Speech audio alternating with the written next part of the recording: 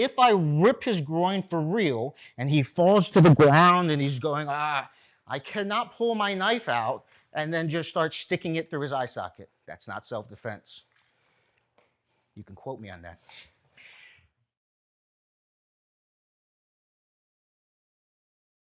Okay, so next technique I want to go over is a rear choke or any type of attack where someone grabs and pulls away. So this could be for females, but the thing is that the response should initiate at the moment of the arm going around your neck. So one of the weirder parts of counters to rear chokes or whatever it is that when it's taught is that person has a complete lock on you and then you're trying to defend.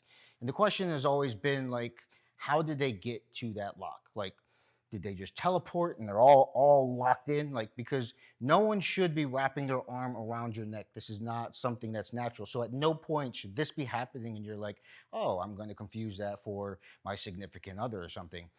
The thing is that anytime an arm goes around your neck, you should have a response to it. The first thing that is broken in these types of attacks is your balance. So you need to get your hips back under you, and then you need to reduce or to loosen that choke. So this brings us to soft tissue targets. I've talked about this in previous videos: eyes, throat, groin. Now, those types of techniques get a bad rap because what happens is they're like these magical bullet type techniques.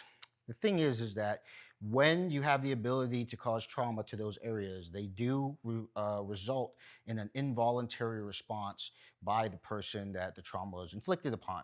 But you have to cause actual trauma. This can't be something where it's done half-assed. So if I'm going to hit their eyes, I'm grabbing the back of their head and I'm driving my thumb through their eye socket and I'm trying to fish out as much gray matter as possible, like I'm routing out a pumpkin on Halloween. That is going to give a response regardless of if the person had glasses on or was expecting it, whatever. The thing is that that response is their hands are going to come up and try to rip that out of their skull.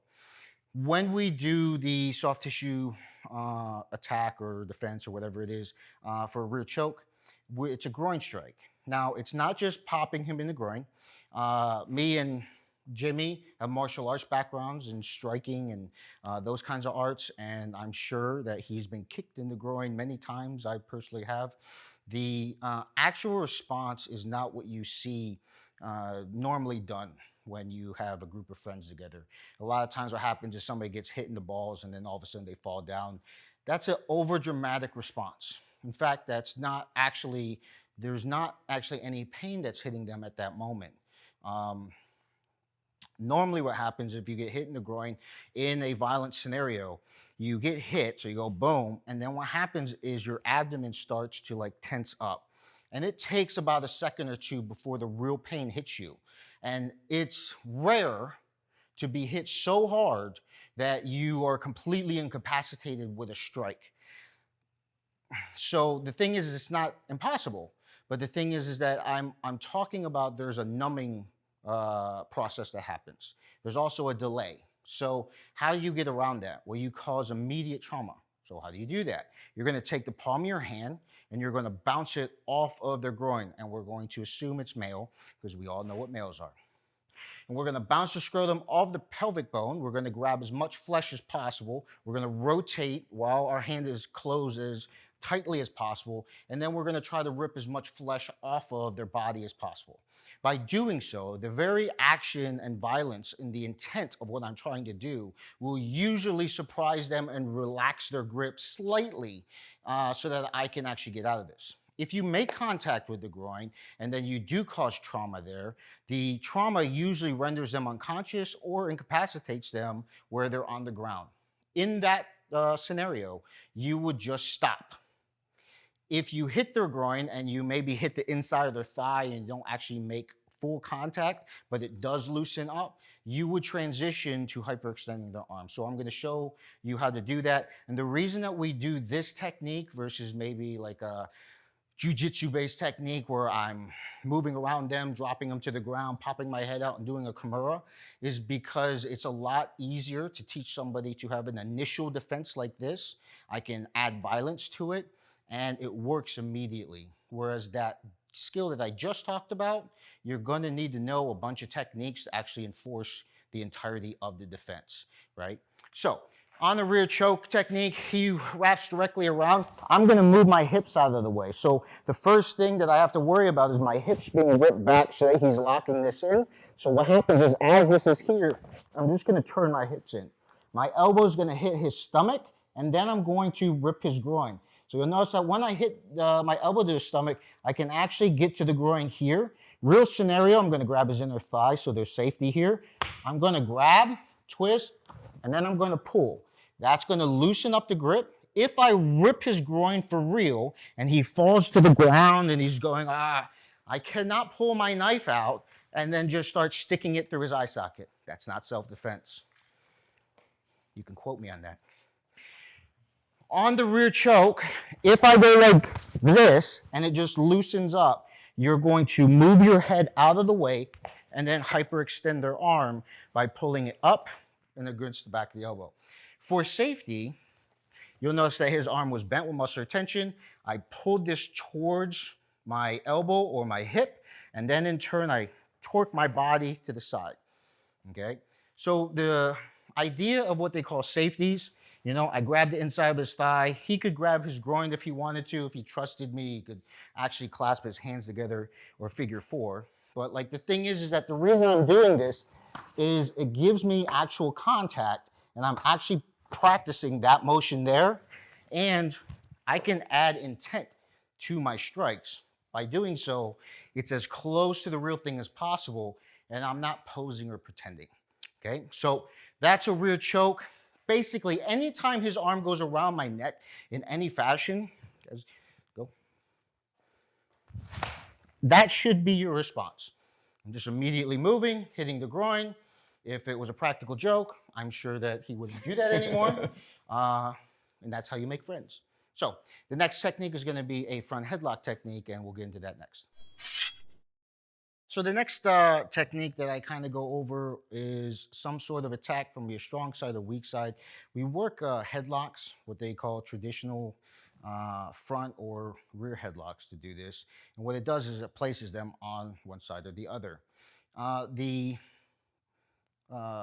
scenario that you would probably see with this is if it's just a traditional headlock where somebody's just trying to choke you, they're going to grab the back of your head, pull you down, lock that in.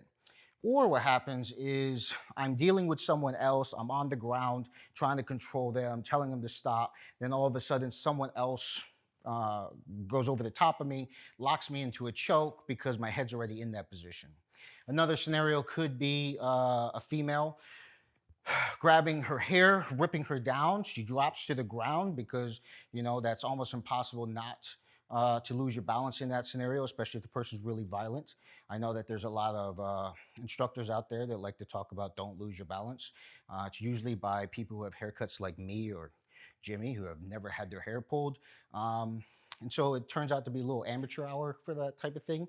But the thing is that understanding that by ripping their hair, they're probably going to fall to the ground. Their hands are holding on, the extreme pain that happens. At the moment the person is on the ground, they're now looking at them and reprimanding them for whatever the reason they grabbed their hair. At that moment, they are in a similar position as a headlock, at least in proximity to the opponent. And so you can take this technique and actually modify it a little bit for that scenario. So the first thing that we're doing is we're trying to initiate a defense the moment of impact. So the moment they're holding your head and pulling you in, you're going to use that to automatically get out of this so that you don't have to worry about it being a fully locked in choke. And then the next thing is, how do you loosen up the grip? Well, you're going to loosen up the grip by gripping the groin. It's a little bit easier to do it from the front headlock position because you see the groin as you hit it. Whereas when there's a rear choke, you're actually using the elbow as a reference to pop the groin. So once again, Bounce the scrotum off the pelvic bone, ripping. So this is a full-on strike to the groin. Grab, twist, pull. Once this loosens up, you're going to stand all the way up as much as you can to test whether or not that loosened the grip, and then you're going to try to hyperextend their arm. If they hit the ground, then obviously that is your end of your self-defense, and anything after that is excessive force. So what does this look like? He's going to pull me down into the headlock, and then I'm going to grab, twist, and then pull, and I'm going to pop my head up. From this point, I'm going to step off to the side and then drop my elbow or my forearm across his elbow, hyperextending his arm. Safety is his arm is bent with muscular tension, and then we're here. Another way to do this, if you want to target a different area, is as he pulls me down into the headlock, I'm going grab, twist, pull, I stand up, and then I stomp through their leg to try to render them off balance. Whether or not that destroys their leg or not, it is enough to push them away or get them to hit the ground so that you can disengage. What you're looking at, sideways a little bit, is you're trying to kick the leg here. If you can keep it straight, you're stomping through.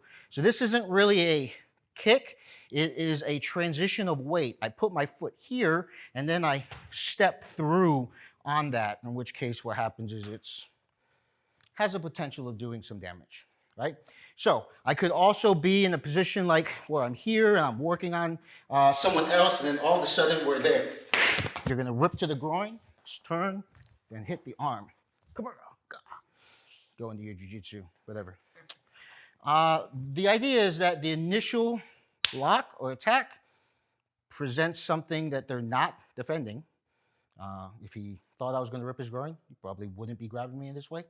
And then it gives us a strong side and weak side defense. The next defense we'll work on is a rear headlock. Not as prevalent, but happens sometimes. So we'll get into that next. So once again, we're trying to do 4 attack angles: front, rear, strong side, weak side. Technically, if we stopped at this point, we would have accomplished all of them, because if you do a right-handed front headlock defense and a left-handed front headlock defense, it puts the person on both sides of you. But a rear headlock is sometimes requested. Normally, the way that I've seen this is somebody is trying to choke. You get your balance, meaning they're choking you from a back position. As that happens, this starts to go here, and now it's a rear headlock position here, right? You can get into the position from a straight attack where somebody grabs you, drives you in. The threat is that the wrist goes directly underneath your jawline, clasps, and rotates back. Once again, the entire purpose of this class or segment is just to give an automatic defense too. So he places me into rear headlock. All I'm doing is I'm going to stop the connection of the arm because I know where that's going. So as he's starting to try to grab, I'm going to weave my opposite arm into his forearm. My hips go forward. I transition and I stick him in the groin. Oh, no. Sorry, wrong class. He blocks this directly in. I'm going to trap this, hold. Hips are going to be forward. Palm strikes the groin. Grab the inside of the thigh as a safety. Grab, twist, pull. If he doesn't automatically hit the groin or I can't push him away, this arm is now exposed. And then I can go directly to breaking the arm from there. You'll notice that we're just trying to add on to what we already taught.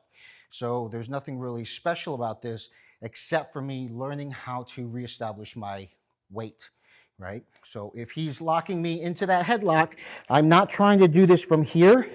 I'm stepping and my hips are actually locking in. Me controlling that other arm makes it easier for me to control balance, and then I start working here. One of the things that we used to teach to the military is when this goes in, I would reach over the top, my 2 fingers would hit into the opposite eye socket, I'd rip their head back, and then I would hammer fist strike their throat. You could hit the eyes, pull them away, and then just push them away to disengage, and that would fall under a traditional self-defense scenario.